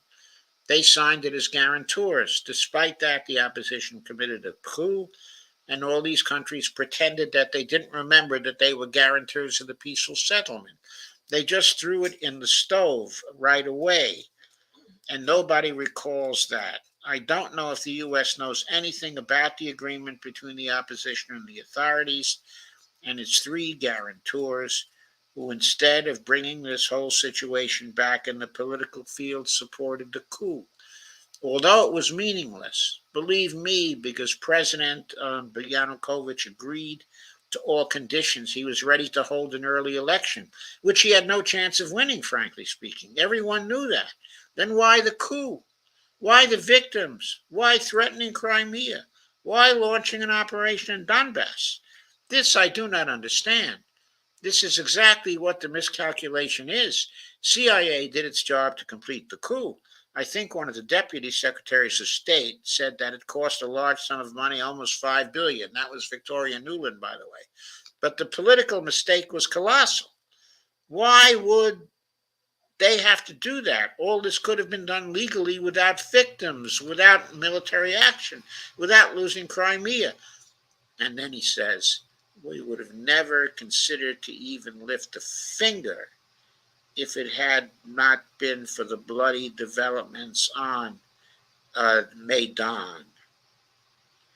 Then he goes on, because we agreed with the fact that after the collapse of the Soviet Union, our borders should be along the borders of former Union's republics. We agreed to that, but we never agreed to NATO's expansion. And moreover, we never agreed that Ukraine would be in NATO. We did not agree to NATO bases there without any discussion with us. For decades, we kept asking, don't do this, don't do that. And what triggered the latest events?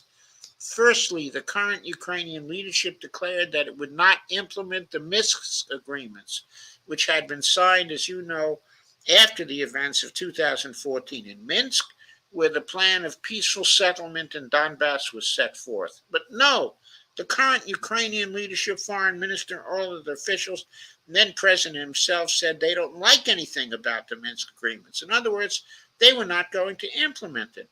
A year or a year and a half ago, former leaders of Germany and France said openly to the whole world that they indeed signed the Minsk agreements, but they never intended to implement them. They simply led us by the nose.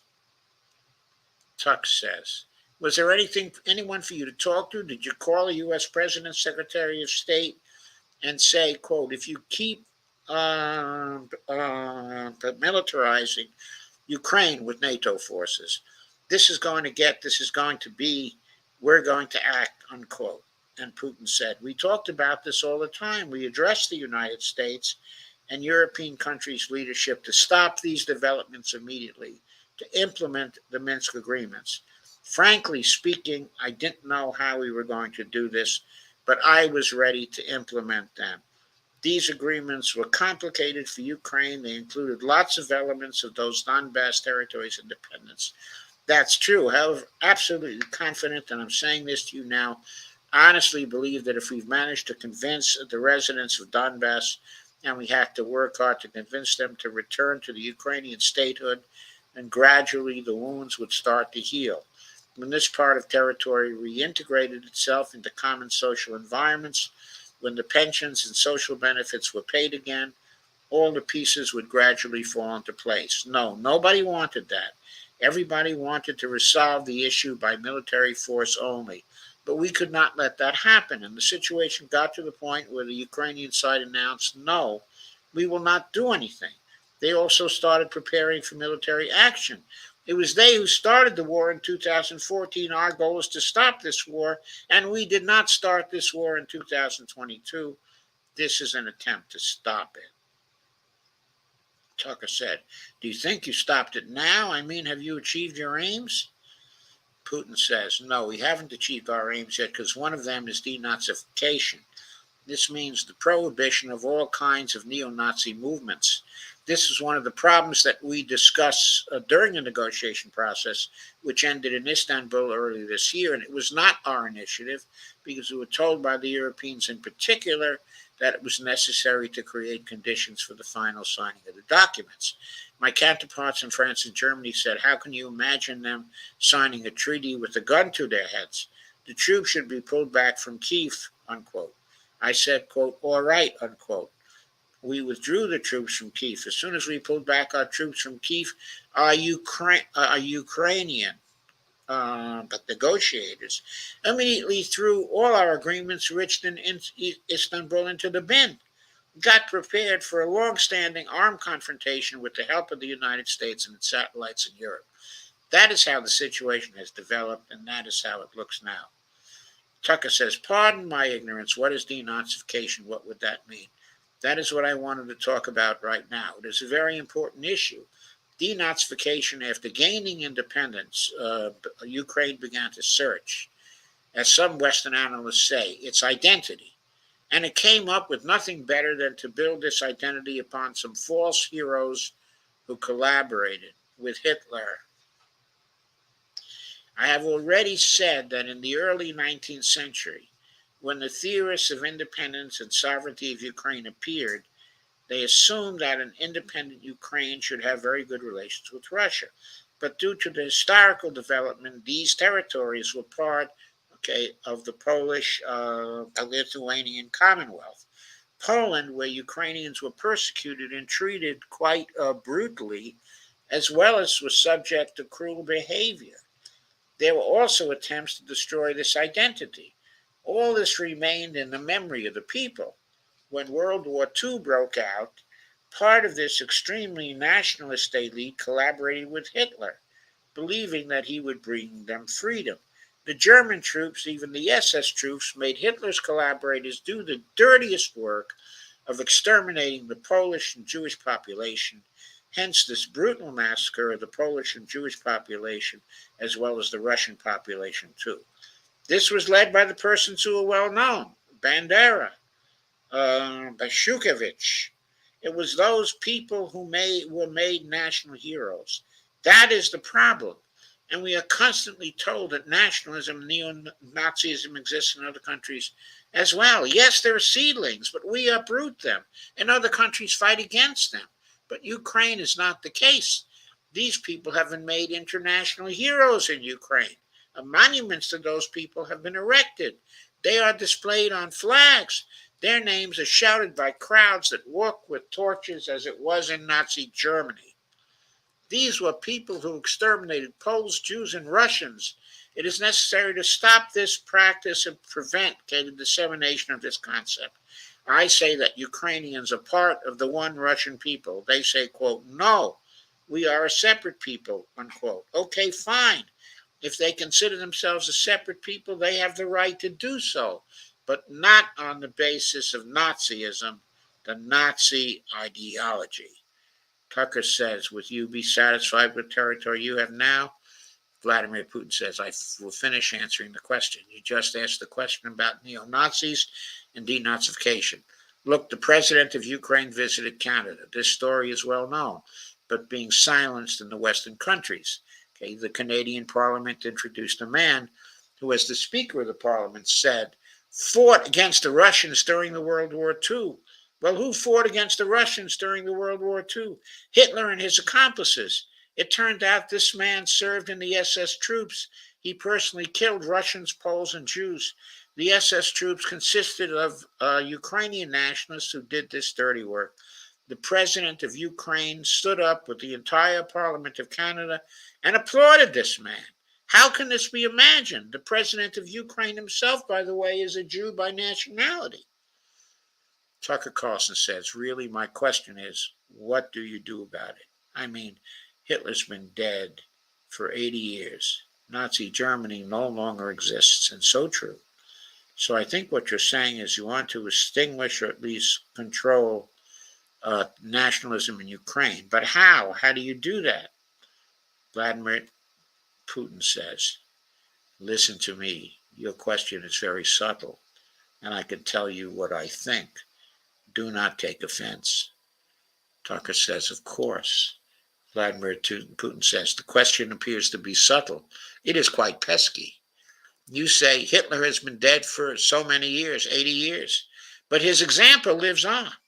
People who exterminated Jews, Russians, and Poles are alive. And I have to say, which Putin does not say at this point, there are people who exterminated Jews, Russians, and Poles, and they are alive. But there are people now who are exterminating Palestinians. And they are acting according to Nazi ideals, even though they are Jews. Going on. And the president, the current president of today's Ukraine, applauds him in the Canadian Parliament, gives a standing ovation. Can we say that we have completely uprooted this ideology if we see what is happening today, not only in Ukraine, but what is happening in Gaza? That is what denazification is in our understanding. We have to get rid of those people who maintain this concept and support this practice and try to preserve it. That is what denazification is. That is what we mean, says Putin. Tucker says, right. My question was a little more specific. It was, of course, not a defense of Nazis, or otherwise. It was a practical question. You don't control the entire country. but you don't control Kiev. You don't seem like you want to. So how do you eliminate a culture, an ideology, or feelings, or a view of history in a country that you don't control? What do you do about that? Putin says, and then after this, I'll stop for tonight. You know, as strange as it may seem to you, during the negotiations at Istanbul, we did agree that we have it all in writing. Neo Nazism would not be cultivated in Ukraine, including that it would be prohibited at the legislative level. Mr. Carlson, we agree on that. This, it turns out, can be done during the negotiation process. And there's nothing humiliating for Ukraine as a modern civilized state. Is any state allowed to promote the ideology of Nazism? It is not, is it? That is it.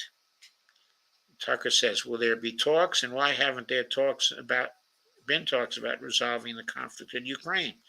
Peace talks, Putin says. There have been. They reached a very high stage of coordination of positions in a complex process. But still, they were almost finalized. But after that, we withdrew our troops from Kiev, and as I already said, the other side threw away all those agreements and obeyed the instructions of Western countries, European countries and the United States, to fight Russia to the bitter end. Moreover, the president of Ukraine has legislated a ban on actually negotiating with Russia. He signed the decree forbidding everyone to negotiate with Russia. But how are we going to negotiate if he forbade himself and everyone to do this? We know that he is putting forward some ideas about this settlement, but in order to agree on something, we need to have a dialogue. Is that not right? So now I'm going to leave it there and take it up again tomorrow night with Tucker. As you can readily observe, this was a 2-hour interview, and I am through now 1 hour of it, and I've taken 2 hours of time to do that. So I'm going to come back for another long program tomorrow night, which will start at 9 o'clock, and I'll go through the other half of the interview. I don't think that's going to be so hard to cover because, I don't think the history, will be there. But, I'm going to leave it at Tucker Carlson at the time of the interview being at 0350 and come back to it tomorrow night.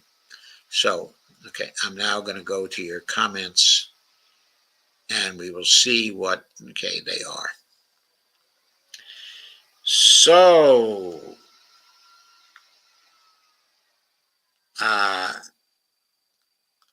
we don't have too many comments. When we get by the greetings, we have a comment from Understanding MMT, which is Shane Coughlin, who says, hey, and then Kay says, well, I'm going to bed. I love you all. So I'm sorry there were no comments, and evidently the attendance for this was very small. So I'm sorry about that too, but it was doing well on Facebook for a while, at least in terms of shares on Facebook. So hopefully it got a larger audience on Twitter, and a larger audience, on Facebook, than it got here. This is often the case, with my stuff, but that's all right. So for those of you who are still here, and there are 3 of you, I'm going to say good night now. And again, I'll be back at 9 o'clock tomorrow night for another long show, which I didn't really plan for this week, but which this interview, given its importance, had made very, very necessary. And I thought that it was important for me to read through the interview and make my comments, as I go along. And I'm going to be doing the same thing tomorrow night. So thank you for coming, and thank you for staying, and I will see you tomorrow night.